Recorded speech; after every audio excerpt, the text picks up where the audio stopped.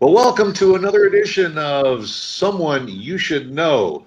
And again, we are doing this by video because we can't get back into the studio yet. It's everybody's got the doors shut. So we're doing it remotely, but we're doing it. And the more important thing is I've got a great guest to share this discussion with this morning. Please welcome Mike Luther from Up Inspired Kitchen. Good morning, Mike. Morning. How are you? It's great to see you, Mike. Mike, the masked man. That's right. Exactly. I was told to show my best side, so this is it. I'm surprised you don't have it decorated like with eggs or upcakes or something. It's funny you say that because I literally got this mask a couple of days ago, and I'm like, I am going to put a smiley face right here, just like the There yellow you go. smiley face. And I just haven't had the time to do it, but I will. It'll happen. Maybe like with the tongue hanging out the side or something. Well, gotta be restaurant appropriate, you know. Right. Well, Mike is not only a friend, but he is the owner, proprietor. He is the delivery man. He is the short order cook. He is everything with Up Inspired Kitchen. For those of you outside of the DFW area, you only have one location. You are a one-trick pony, correct? We are the typical there mom is something, and pop shop. Yeah, and there is something that those of you that are watching this from elsewhere in the country, there are a lot of things that you will hear this morning that you can share. And the one thing right off the top of the show is go to www.up, that's UP, inspiredkitchen.com. And you can look at the menu. There is so much good stuff, and the pictures on the website will make you hungry, I guarantee.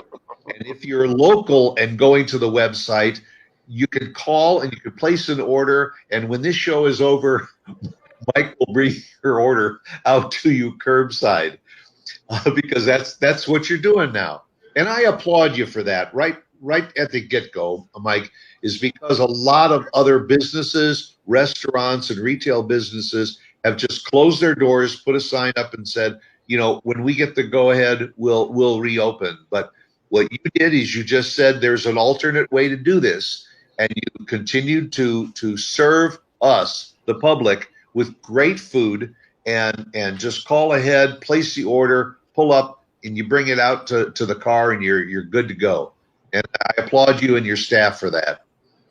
Well, it is something that, as a small business owner, really, I never had a thought of closing. There always had to be an alternate path. And my partner in crime, my wife, who is really, I would say, the entire vision behind this concept. We are a great partnership. And that's my wife, Rachel Phillips Luther. She's well known in the restaurant world, but on the marketing side. She owns her own fractional CMO business that actually helps smaller entities that can't afford a C-level marketing officer.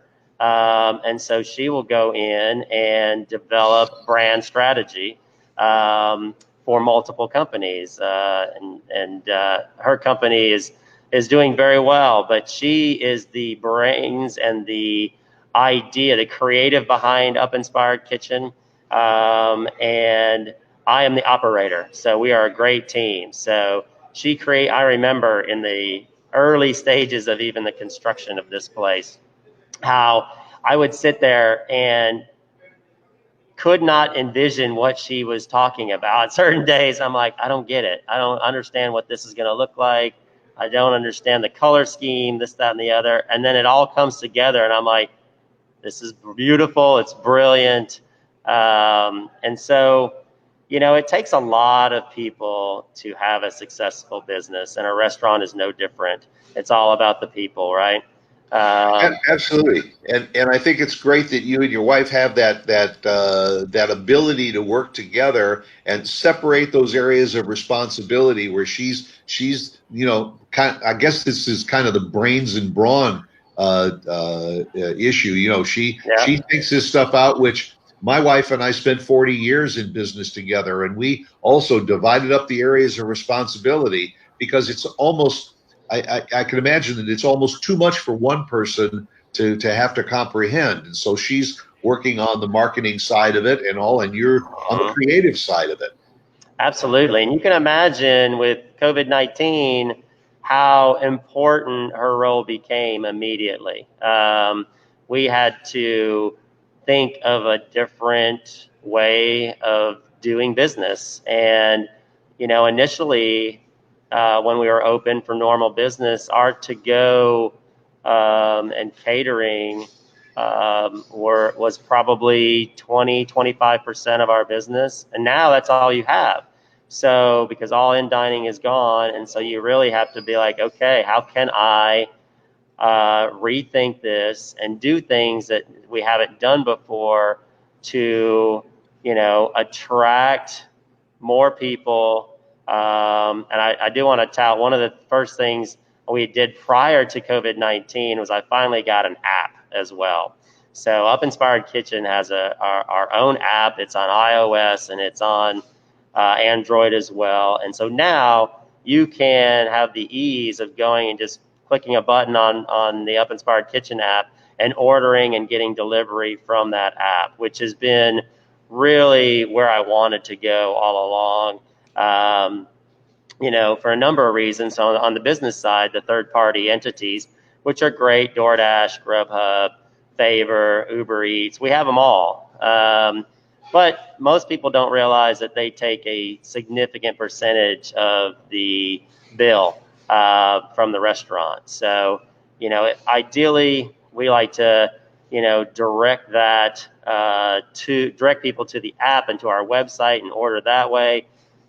Because it'll keep us in business so much longer ultimately. But we did. So we had to rethink our business model, and we're blessed. I will start that first and foremost. We are blessed to still be in business. 30,000 Texas restaurants closed last week permanently.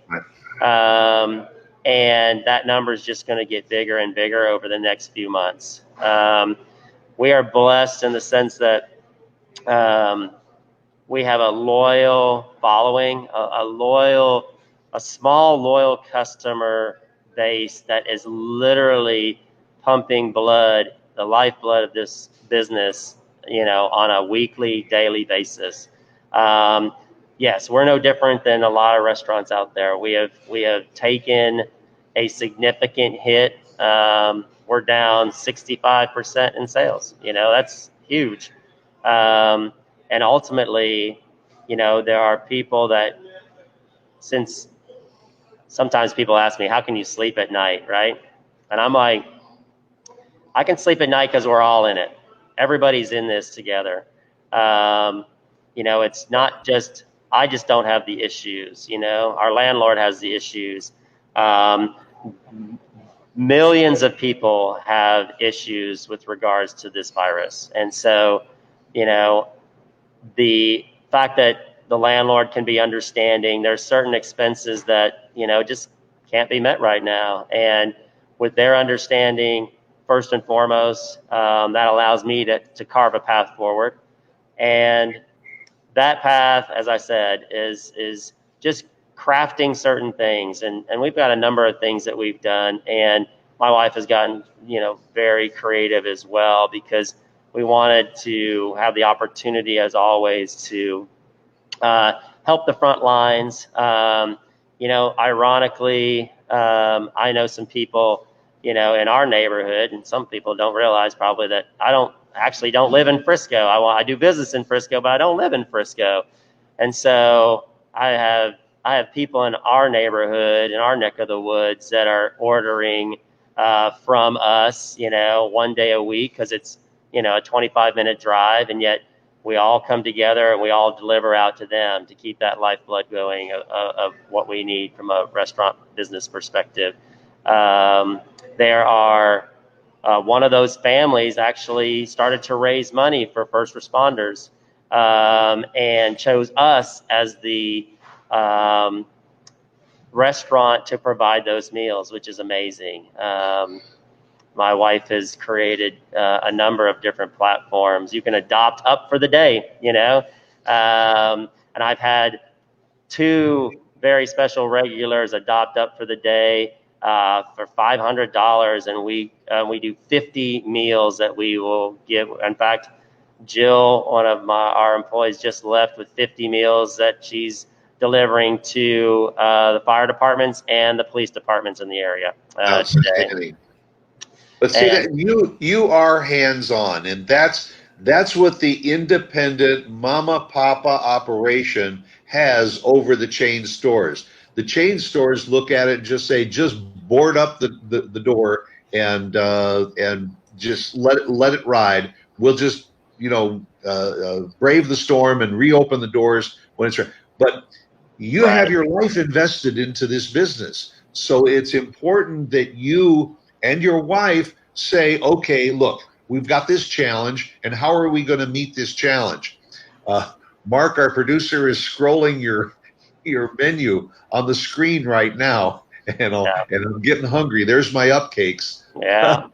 But and folks, watch the menu there, but the important thing is you reinvent yourself in troubled times like this. There are lots of questions that I have for you about how you've done it, because just prior to this shutdown and this pandemic, you guys finally said, you know what, we've been doing a great breakfast and lunch business and all, and maybe we should have an evening offering.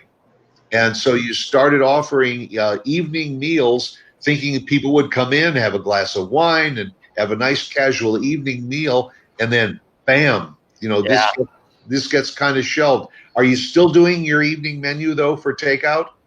So I do. We have 3 signature entrees that we do for takeout. They are on the website and they should be on the app as well. So we have our harvest chicken dish. We have our rosemary steak, and we have our pasta carbonara. So those 3 items are still available for takeout. And one of the things that we also did, and as you said, and you're right, Stuart, the reality is, the first thing I said is, like, the advantage that we have is our small independent size, because we can pivot faster than a lot of these big chains that you see that are having to shut down, either all or portions of their locations. I know a lot of people in the business. My wife works for a lot of people in the business, and pivoting quickly is the best possible scenario. Right. So we also offer a family pack, a harvest chicken for 4. So that is with reheat instructions that you can take home, pick it up here at 3 o'clock before we leave, or whenever. We can make it whenever. Somebody ordered one yesterday at noon, and I'm sure they had it for dinner last night. But it's great. It's an amazing way to offer, a little more of what we do in the evening. We didn't really want to create a whole separate dinner menu when we discussed extending our hours till 8 o'clock, because we really felt like the menu was solid enough that there were not everything. Obviously there are breakfast items that are very popular, but hey, who doesn't want, pancakes or avocado benny sometimes for dinner, right? I mean, we've all had those days where we're like, okay, we're going to do breakfast for dinner today, or brunch for dinner today, and it's fun. And I decided that, I don't want to create a whole menu that we're going to have to switch things and confuse our guests. We will just add a few signature items. And our intent was, as we get more comfortable, and quite honestly, it's also part of the operation side of things, that when you start adding menu items, it puts a strain on the kitchen when you have keep adding different things, because you just run Right. out of room. You just run out of room in your kitchen. So at the end of the day, we picked those 3 items, and we were going to rotate through them, do them as features. But now, obviously, with the level of business that we're doing, we're offering those items, on a regular basis. So it's exciting. That was tough. That was tough to have to do everything, change your menu, change your perspective on your hours, and then literally we were 2 weeks in when this hit. So I am hoping and praying. I'm sure we'll talk about what the future holds and what we think the industry as a whole is going to do. It's not going to be like flipping a switch by any Right. means. We know Absolutely. that. It's going to be slow. I'm already in process. My wife and I are already talking about, next steps. We're hoping, quite honestly, early May, like maybe the first week of May, that we may have 50% occupancy allowed in the restaurant, and we'll take it. We'll come up with a plan on how we eliminate tables, and how we do floor graphics, and to make everybody feel comfortable and safe. These masks and these gloves, we're all in them already. We're just preparing for what we anticipate the next stage to be. Well, one advantage that you have is once they do start to lift some of the restrictions, you have an outdoor dining area. Correct. So instead of people having to be, confined indoors, and then you have to say, okay, we're going to just do every other table because we want to keep that distancing. You have an outdoor patio, which, by the way, was a brilliant idea for people that want to come with the kids, because you've got a little outdoor play area for the kids to play in. It's a nice walled-in area, so it's pet friendly, so people can come and enjoy their meal and be outdoors too. And I know that that's going to be a big advantage when this whole thing turns around, is because some people will still be maybe a little apprehensive and don't want to be confined indoors. You've got the outdoor seating area, so that's going to be a big plus, I think, when some of these restrictions are lifted. Absolutely. The patio has always been a godsend for us. I was actually just thinking about it today, and like, okay, what will they allow? I mean, will they allow, is outside going to be different from inside, as an example? Are they going to allow kids to play in the playhouse, or will we have to say temporary close until, the restrictions get a little less restrictive? Right. But yeah, that patio doubles my seating capacity. So in essence, and I'll be doing the floor plan this week, I might be able to function at least, sort of like winter service, where I don't have any patio seating anymore, but I have the inside, and I can seat roughly, 45 to 50 people inside. Between the patio and inside and outside, I think I can probably get 40 to 50 people comfortably still, at any one time. And as you know, I mean, the beauty of our restaurant is the fast casual model, in the sense that, there's very rarely, even on our busiest days, I've never had, or I've rarely had, I can count it on one hand, where I've had people that went through the line and we were packed and they didn't have a place to sit, as an example. It never happens. People rotate through. Our kitchen does an amazing job of getting the food out promptly, comparatively, and that allows you to still enjoy your time here, and then go on and enjoy the rest of your day. So I anticipate, it being the same at 50% capacity with the patio. One of the things that I was really, really thinking about, I was like, man, this is my prime patio season right now. I need, this is normally when, people are thinking about upping our patio more than ever. And so I'm anxious to get that open and flowing again. And hey, we're all anxious here. I mean, as you probably well know, we're pretty much people. So we like to interact with our guests. We love to share goodness with them on a daily basis, and we miss it terribly. I love my staff, Kayla and I, and Peyton and I, I mean, we Good people. they're Good. they're the greatest. I mean, we're only as strong as our people. My kitchen's amazing. Um, we've had to make cutbacks, and all the people that were hired for dinner. Obviously, I don't have those shifts available right now. We did a Easter brunch package that we did for Saturday for reheat on Sunday. I had two of those people come and help deliver those packages. It ended up being a great day for us.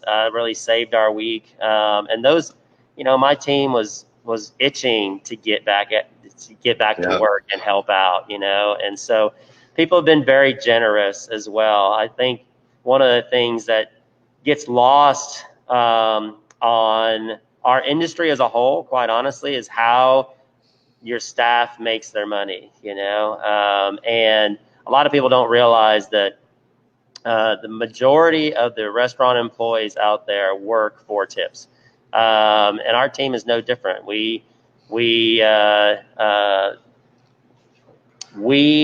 employ them, they make tips, and the generosity that we've seen since COVID-19 hit has been really great. I mean, we're fast casual. We're not a sit down.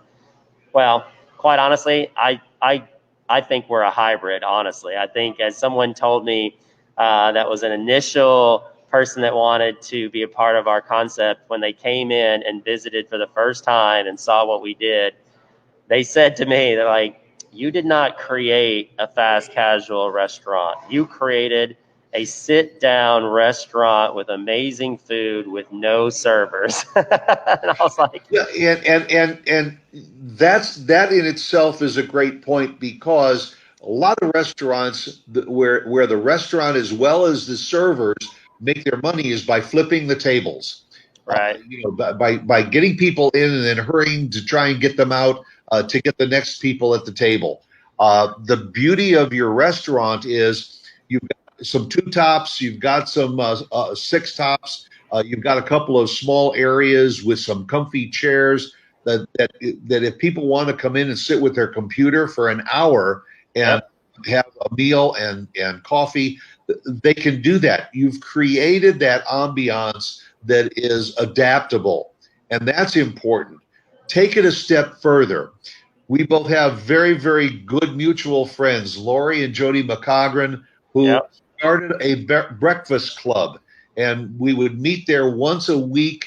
Everybody would come in and have either a full meal or just a cup of coffee. We would sometimes have 6 or 8 people. Sometimes it could be up to 20 people. But it was because it was an inviting place for people to come and congregate, and it still is. And the fact that you and Ray had the insight to say, let's get an app, that to me was probably also a saving grace for you, because uh, when people otherwise that worked in the area wanted to come in for a meal and have to come in and place an order and wait for it, that would eat up their lunch hour or so. They can now go to the app, order in, pick up their order, get back, and be able to use Up Inspired Kitchen as their lunchtime or dinner time stop now too. So you and your wife are a great team for coming up and saying, okay, what else can we do? Not let's just do this, but what else can we do? And and that goes along with the other area is your menu. For those that are in the area because this is not a chain, I encourage you there in the shops of Starwood, right at the corner of Lebanon and the Tollway. Uh, Make a point sometime to be there for breakfast or lunch, whatever. This is healthy food.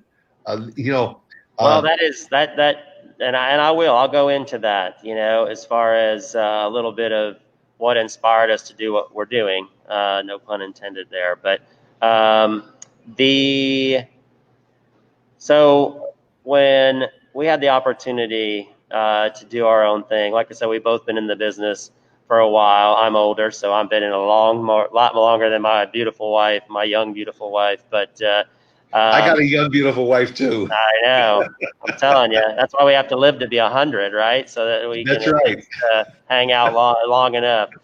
Um, the When we first went down this path, one of the things, the reason why we decided breakfast, brunch, and lunch, by the way, to begin with, was that I have four boys. Two now are out of the house, and that are uh, 22 now and 20. And then I have two younger boys that are 12 and 8. And so, about to be 12 and 8. The I So my oldest, my first two boys, I was never home. The restaurant industry is tough on families. It's tough on It is. relationships. It's Sure. long hours. It's late nights. And as much as I enjoyed it, it definitely was tough. I wasn't able to go to school events. I wasn't able to make practices with my first two boys. And when you have the opportunity to own something and do it how you want it done, it was a blessing. And we decided, hey, we're going to do breakfast, brunch, and lunch because I'm going to be home at night and I'm not going to miss those things anymore. And I'm going to have more flexibility than we've ever had. And I wanted to create an environment. If you look at my LinkedIn page, that's what I say. I want to create environments to make people successful. Well, I wanted to create an environment for others other than myself in the industry to also have that opportunity to be at home at night as well, right? So that's how we decided breakfast, brunch, and lunch. At the same time, my wife and I we've always been somebody that, people that have worked out, take care of themselves physically. I've been, and don't get me wrong, it's not like I was, from my 20s to my current 50s, always just regimented and working out every day. That wasn't the case. In fact, there was a point in my life where I felt like I had gotten way complacent and I had young children and I couldn't keep up. And that motivated me to start taking care of myself and my body. Well, at this time when we're thinking about up, my wife and I happened to be working out at a small independent gym in our area. And the difference between that gym experience and the typical 24-hour or whatever other big gym experience that you have is that this was run by a husband-wife team as well that really not only emphasized the workouts, but emphasized nutrition because she was a nutritionist as well. So, and my wife was the one that actually introduced me to this gym because I did a lot of workouts at home. And the second I met the owners, I was like, that's amazing. I mean, he was 65 years old and she was 50. And let me tell you, I've never seen a fitter couple in my life. And a lot of that was because, as they explained to us, it's not when you reach a certain age, it's less about how much work you do to your body, and it's all about what you put in your body. And so they're the ones that introduced us to cage-free eggs. They're the ones that introduced us to avocado as a healthy fat, butter, real butter, not margarine. All those things. Get rid of high fructose corn syrup and get rid of processed foods altogether out of your diet. And so that is the inspiration for our food. And what does that mean? That means that we have to source products that may be different than a lot of the typical restaurants out there. And so at the very beginning of this challenge, I do want to tout this person because I couldn't have done this without him as well. And I told you my wife is the creative side and the vision. Todd Duplashin is my concept chef. Okay. I'm a lot of things, Stuart, like you said. And you know what? People think that I cook the food. I don't cook the food. Okay. I could cook your food, but I prefer to have the people that can do it better behind the lines doing it instead of me. Um, and Todd is a restaurateur out of Austin, Texas. We actually worked together way back in the day, in the early 2000s, for a concept in Denver, Colorado that most people probably know in Dallas because it's Dallas based, which was Sambuca. Right now they have a couple of locations, but back then we were a supper club that did 4-star cuisine and live music 7 nights a week. Right. Well, Todd was a sous chef of mine in Denver, and we'd always kept touch. He went overseas, traveled through Europe, and I knew when I started this concept that I needed somebody that is going to have the passion that we had for this type of menu. And when I started my search early on with all the people I knew locally, most of the chefs were like, yeah, you know what? I sleep through breakfast, buddy. I'm sorry. Because that's the life of a chef. They work late hours too. And, you're sleeping through breakfast and you're getting into that lunch, getting in for lunch time. And it was difficult. And then I remembered Todd, and I remembered that he lived in Austin. And even though I wanted someone local to actually be a partner and work in the restaurant with me, I did realize that the menu is the most critical part, and we could Right. hire and train people to execute the menu. So called him, went to Austin, and sure enough, he was like, "I've been dreaming of this concept. I've always wanted to do a better for you breakfast lunch place." And so, to this day, 80% of that menu is his vision and our input. And I've been blessed to work with a couple of other great in-house chefs that have added their touches along the way as well. But I want to tout Todd real quick. He has a restaurant of his own in Austin. If you're ever in Austin, called Lenoir, Lenoir, and 35 seats. Just amazing food. The guy really understands quality. And to that point, I think I can sum up our menu like in one ingredient that's on our menu. We have wild sockeye salmon. Okay, you will not find wild salmon on the menu in 90% of the restaurants in Dallas. Okay, because of the expense of it. Right. And I will tell you, I've had times where I even questioned it. And I was like, wow, can we continue? The challenge for our industry is I'm not a steakhouse. I'm not an expensive steakhouse where I'm going to charge $50 or $60 a plate. And yet the ingredients I'm using are in the same places, because guess what? Before I did this, I did work in a steakhouse. And so I know those ingredients. And yet we're not going to pretend that we are a upscale steakhouse, and we're going to provide what we feel is a fair price for the quality of food that you're going to get. Todd did an amazing job of taking what normally is a menu that people would sit there and go, like, healthy's a bad, I mean, we're still in Texas. Sometimes you quote unquote put me in quotation marks, we're the healthy place. That's why I don't use that word. You notice, I will never say we are a healthier option for you. I will say we're a better option for you. Okay. Because we're sourcing just real food, no preservatives, and no chemicals. And we feel like if the challenge was, can you get that flavor? Can you get the flavor out of better for you options the same as you can in a typical restaurant with no restrictions? Okay. Well, I don't want you to glaze over what you just said a moment ago about no preservatives, healthy options. My wife has a gluten issue, and I would say probably 50% or more of your menu is gluten free. Right. And also your nitrate free bacon. I encourage anybody that goes in, get a side of bacon.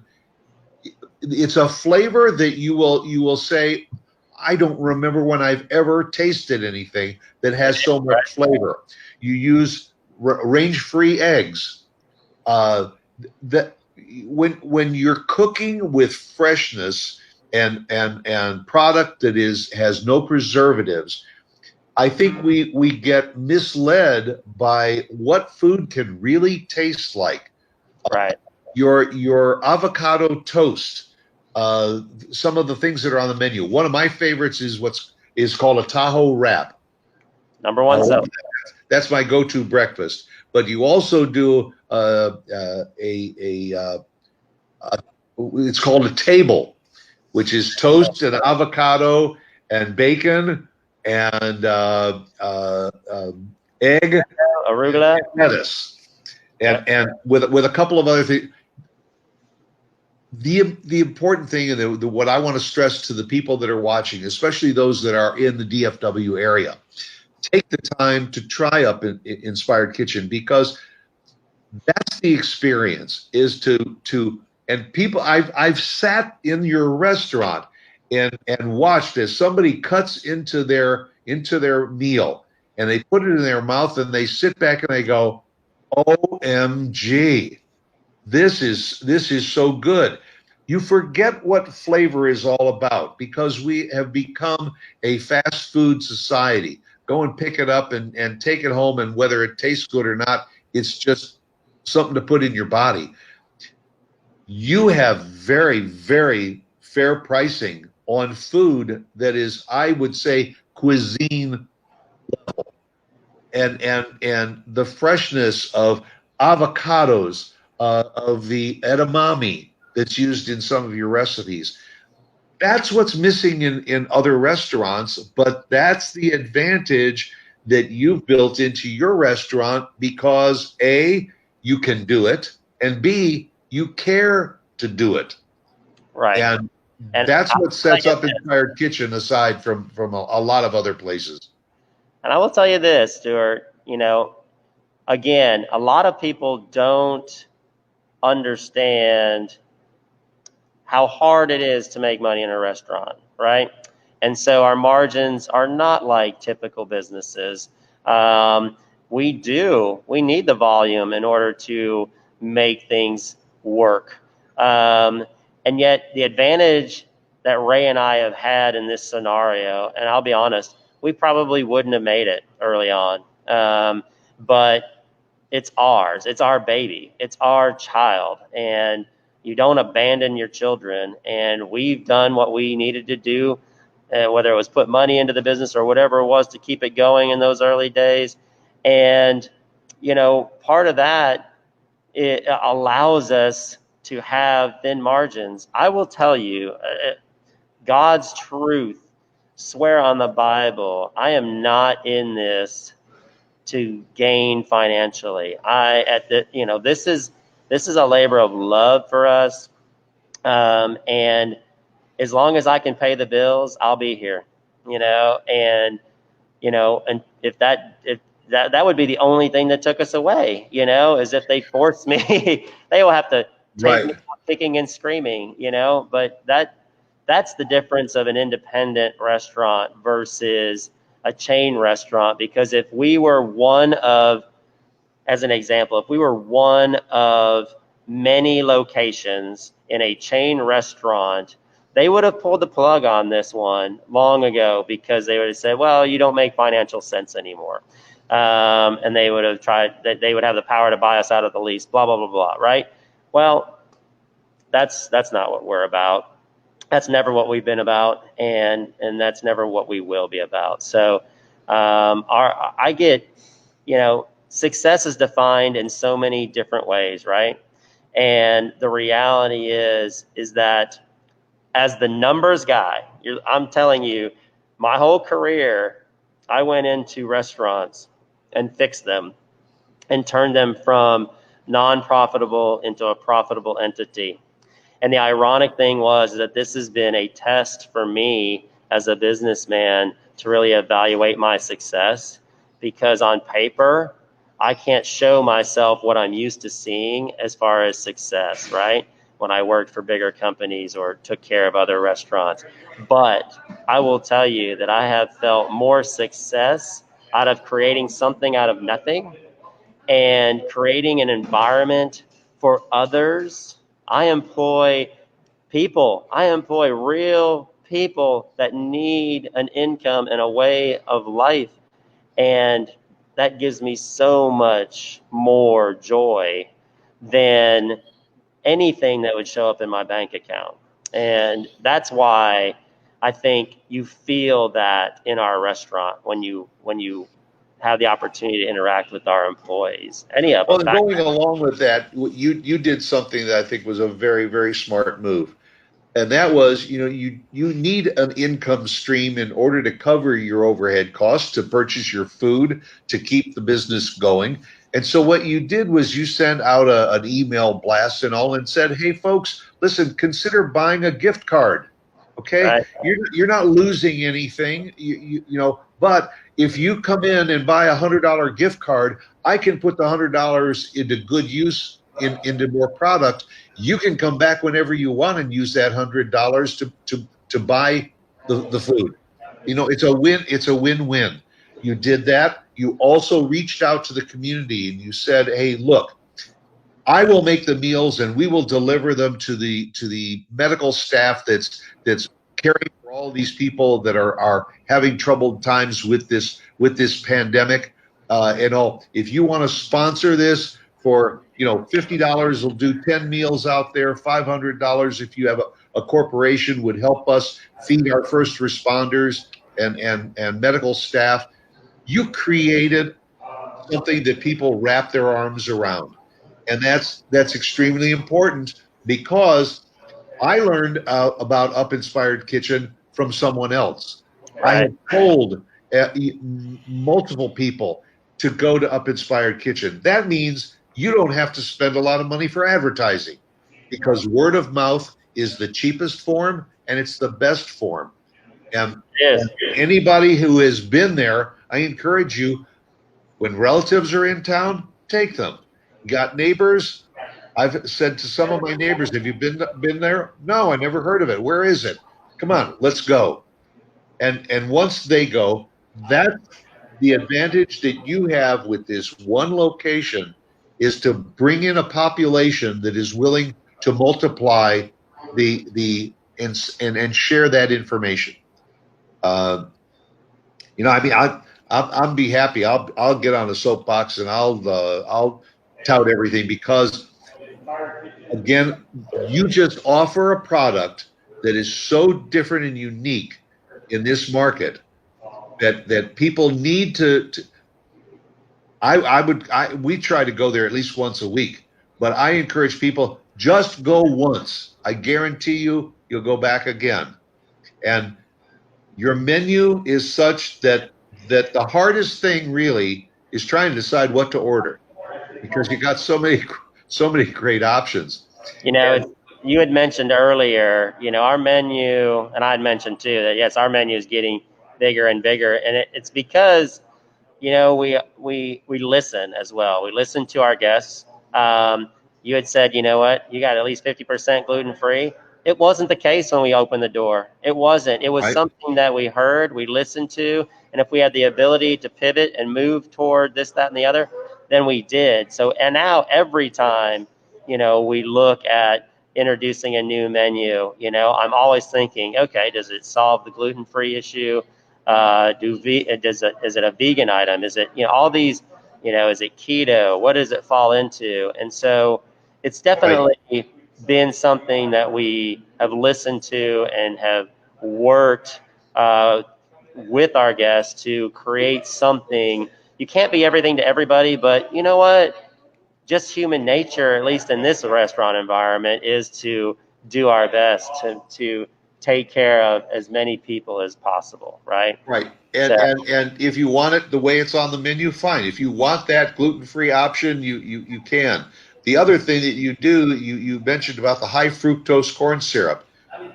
It's been an issue with a lot of people, adults as well as children. The soft drinks that you offer have no high fructose corn syrup in them. correct.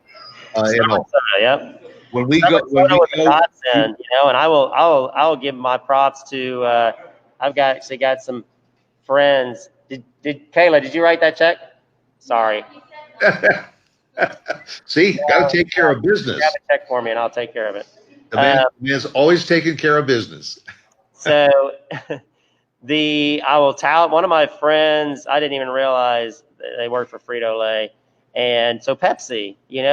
I would have thought that Coke would have been the leader on alternative beverages, and yet when I started looking for alternative beverages and creating this concept, all I could find was really small operations that didn't allow me the opportunity to even put them in because they were in other parts of the country. And so I went to a food show.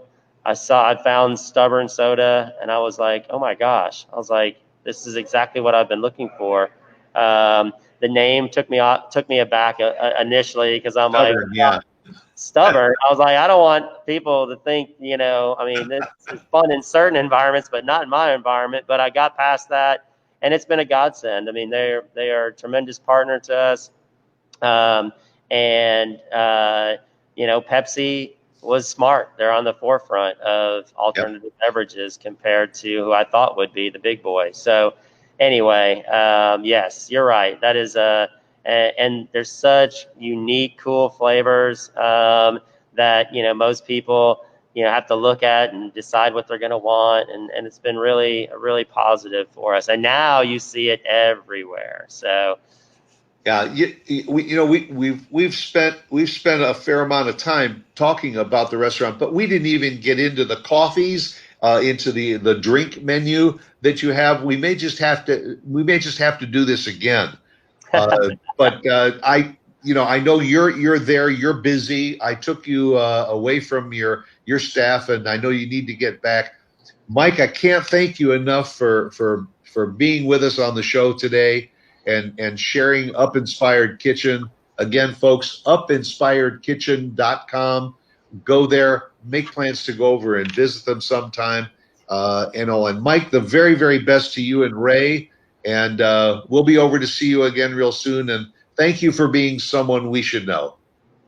Stuart, I really appreciate the opportunity, and more than anything, I appreciate your patronage, honestly. And that's the most important relationship that we have, and it's because of you and so many others out there that we're here and doing this. So And as soon as the guys, doors stay get safe opened up, out there, and let's get back to normal as quickly as possible. that's We'll right. provide that environment for you as soon as they let us. Very good. Mike, have a great day. Stay well, stay healthy, and keep the business flowing. Thank you so much. You guys too. All right. Talk to you. Thank you all for spending an hour with Mike Luther of Up Inspired Kitchen right here on Someone You Should Know. Look forward to seeing you again next week. And Mark, again, thanks for being the producer of the show again. And be well. We'll talk to you again next week. Take care.